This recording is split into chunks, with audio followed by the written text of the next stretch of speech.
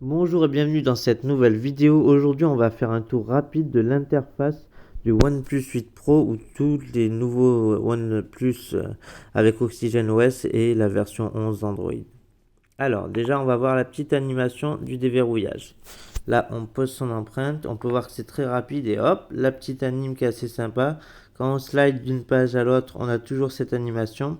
À savoir que contrairement au Samsung, on ne peut pas passer d'une page à l'autre en appuyant sur les petits points que l'on voit tout en bas qui défilent. Voilà, donc ça, c'est pas possible.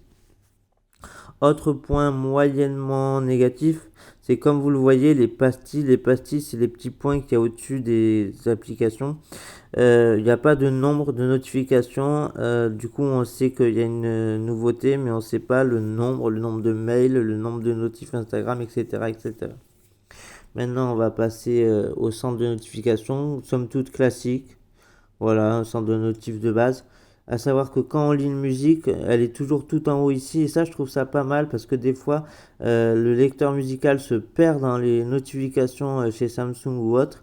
Alors que là, il est toujours au même endroit dans le tiroir de raccourci du centre de notification. En haut, c'est somme toute classique. Voilà.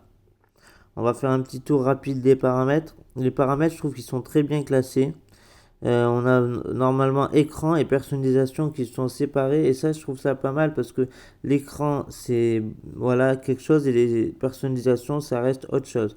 On a beaucoup de choses pour personnaliser le téléphone mais ça je vais pas vous faire la liste complète. On va voir ça hop pardon.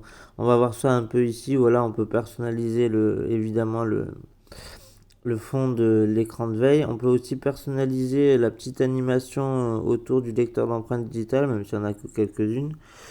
Ça, c'est pour les notifications lumineuses sur les côtés.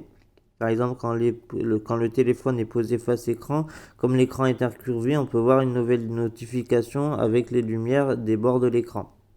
Quelque chose qui est assez sympa, c'est que quand l'écran est éteint et qu'on a une notification, elle s'affiche sur l'écran en grand avec un aperçu de la notification, un SMS ou une notification de site d'information. Ça permet d'avoir un rapide coup d'œil sur quelle est la notification en question.